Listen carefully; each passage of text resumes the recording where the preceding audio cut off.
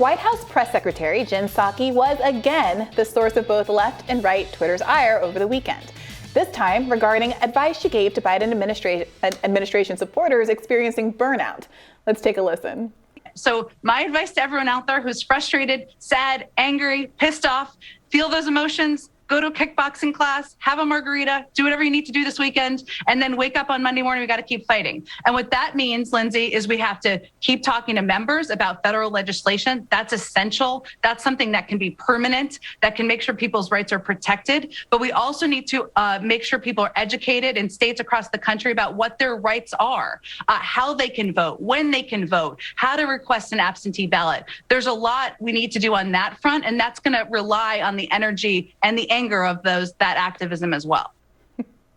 Now, people are mad that she kind of told her own class status by talking about kickboxing and, margaritas. But the part I wish people would focus more is the bit where she says, we're going to come back to work and talk to members and I guess solve our voting issues by telling people about voting more. I mean, it just really displays the lack of concrete leverage and action that's going on the Hill. Yeah, they seem to be kind of missing the point, I think, as to why people are angry. She says, get your anger out. I mean, I'm not even 100% certain do we know what she was referring to about the anger? Was she talking about like America being mad and their I think it's failure to pass voting rights legislation, which angers, progressives who very much want that. I mean, I like a good margarita. I'm gonna have one whether I'm angry or not.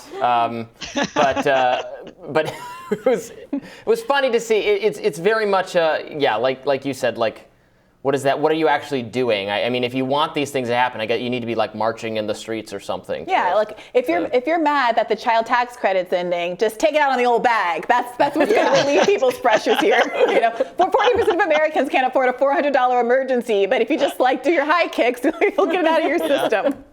Just go get that margarita that's probably going to cost you $15 down the way. And then you're going to have to, by the way, show your vaccine passport while you're going in. And then you won't even be able to take your kids anywhere because you're drunk, right? You want to drop them off somewhere else to maybe get more margaritas, and you can't even do that, right? Well, you have to watch your kids because they're not in school, so you can't leave home to go get your kickboxing and your margarita.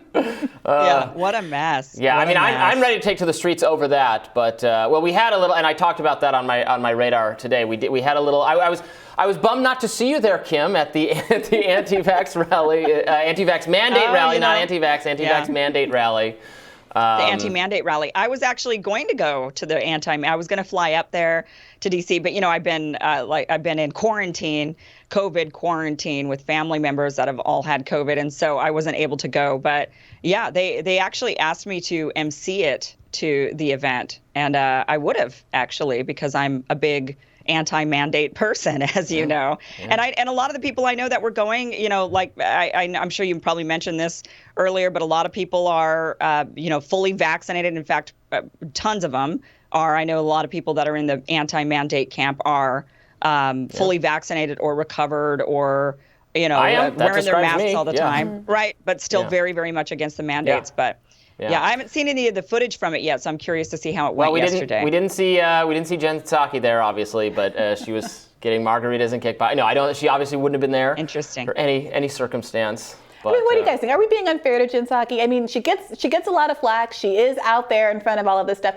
As someone who ostensibly was sort of in her position as a press secretary, sometimes there's a tiny sliver of me that says, the girl just wants to have a drink.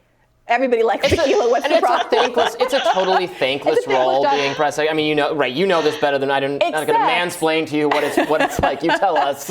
Except that you do choose who you work for, and that is not the kind of position I personally would have opted for if I didn't agree 99% with what the principal was advocating for. It's obviously tougher when you're in office as opposed to running for office than just making these abstract promises.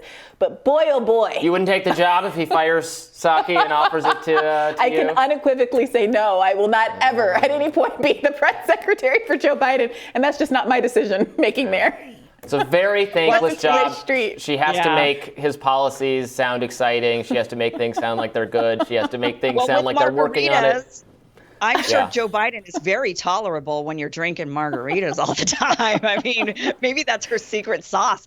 And no wonder she's like, what do they always call sake bombs? Like maybe she's dropping sake bombs because she's actually drinking sake bombs, or she's drinking margaritas. At least she didn't say champagne, so we'll give her some credit. That's true. there. Tequila is the more working person's drink, and I will say it's the only alcohol that's a stimulant rather than a suppressant.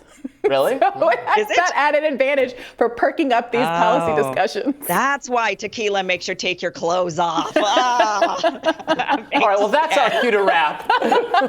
We'll have more Rising right after this.